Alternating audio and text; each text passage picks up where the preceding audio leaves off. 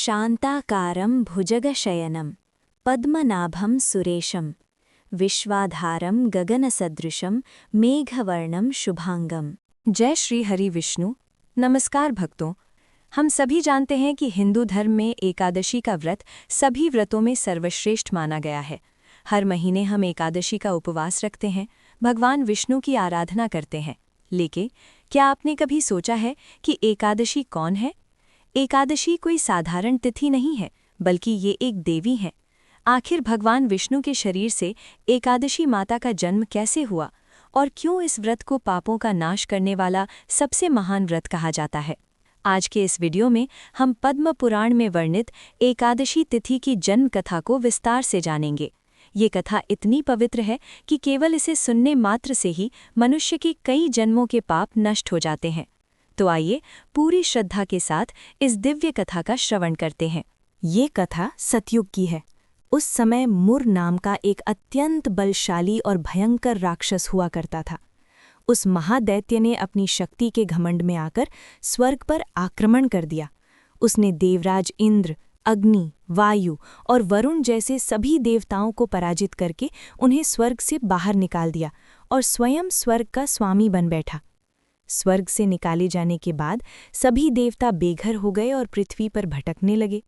तब हताश होकर देवराज इंद्र सभी देवताओं के साथ भगवान शिव के पास कैलाश पर्वत पर गए। देवताओं ने महादेव से अपनी व्यथा कही। महादेव ने उन्हें सांत्वना दी और कहा, हे देवराज, इस संकट से आपको केवल तीनों लोकों के पालनहार भगवान श्री हरि विष्णु ही निकाल सकते हैं। आप सब क्षीर सागर जाइए। भगवान शिव की आज्ञा पाकर सभी देवता क्षीर सागर पहुंचे, जहां भगवान विष्णु शेषनाग की शैया पर योग निद्रा में लीन थे। देवताओं ने स्तुति करके उन्हें जगाया। भगवान ने जब देवताओं की दुर्दशा का कारण पूछा तो इंद्र ने हाथ जोड़कर कहा, हे प्रभु, मुर नामक दैत्य ने हमसे हमारा स्वर्ग छीन लिया है, कृपया हमारी रक्षा करें। ये सुनकर भगवान विष्णु अत्यंत क्रोधित हुए।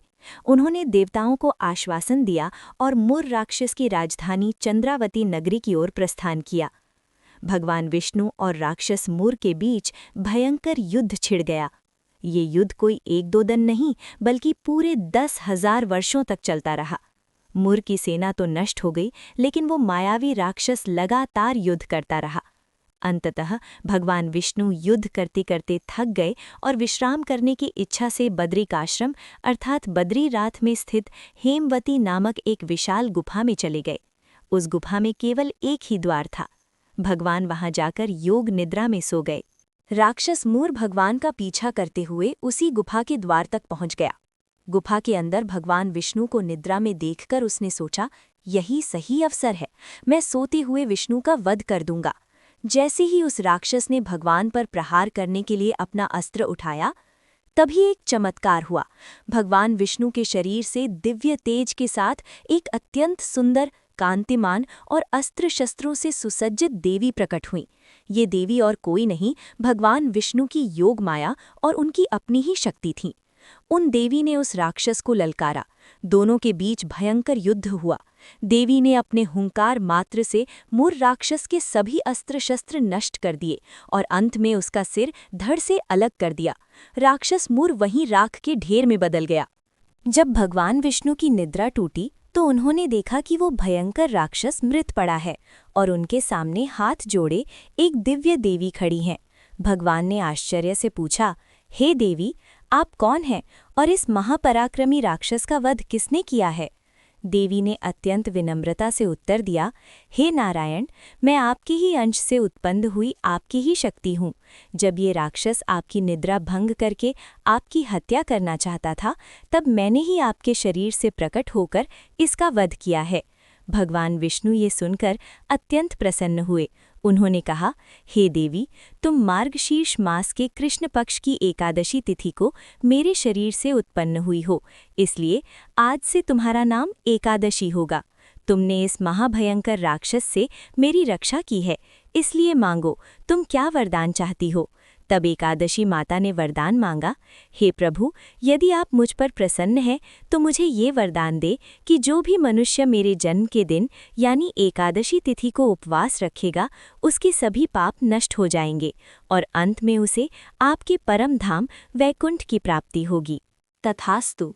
भगवान विष्णु ने कहा, हे एकादशी, ऐसा ही होगा। आज से तुम सभी तीर्थों और व्रतों में सर्वश्रेष्ठ मानी जाओगी। जो भी व्यक्ति एकादशी का व्रत पूरी श्रद्धा और नियम से करेगा उस पर मेरी कृपा सदैव बनी रहेगी। महत्व और शिक्षा।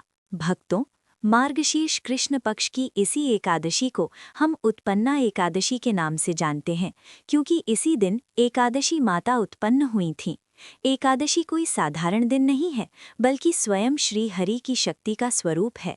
इसीलिए इस दिन अन्न का त्याग करके भगवान का स्मरण करने से मनुष्य के जन्म जन्मांतर के पाप कट जाते हैं। तो ये थी एकादशी माता के जन्म और राक्षस मुर के वध की पावन कथा। इस कथा से हमें ये शिक्षा मिलती है कि भगवान अपने भक्तों की रक्षा के लिए किसी भी रूप में प्रकट हो सकते हैं। एकादशी का व्रत केवल भूखे रहने का नाम नहीं है, बल्कि ये अपने मन को सांसारिक मोह माया से हटाकर ईश्वर के चरणों में लगाने का एक पवित्र अवसर है। आइए हम सब मिलकर भगवान श्री हरि विष्णु और एकादशी माता का ध्यान करें। ओम नमो भगवते वासुदेवाय नमः। प्रिय भक्तों, यदि आपको एकादशी माता की यह प्रामाणिक कथा सुनकर आनंद आया हो तो कृपया इस वीडियो को लाइक अवश्य करें। इस पुण्य कथा को अपने परिवार और मित्रों के साथ अधिक से अधिक शेयर करें ताकि उन्हें भी इसका लाभ मिल सके। सनातन धर्म की ऐसी ही ज्ञानवर्धक कथाओं, व्रतों और अनुष्ठानों की सही जानकारी के लिए हमारे चैनल को अभी सब्सक्राइब करें और बेल आइकन दबाना ना भूलें। जाने से पहले कमेंट बॉक्स में पूरी श्रद्धा के साथ जय श्री हरि विष्णु या जय एकादशी माता अवश्य लिखें। आपकी एक छोटी सी टिप्पणी हमें और भी अच्छे वीडियो बनाने के लिए प्रेरित करती है। भगवान विष्णु की कृपा आप और आपके परिवार पर सदैव बनी रहे। धन्यवाद। नमस्कार।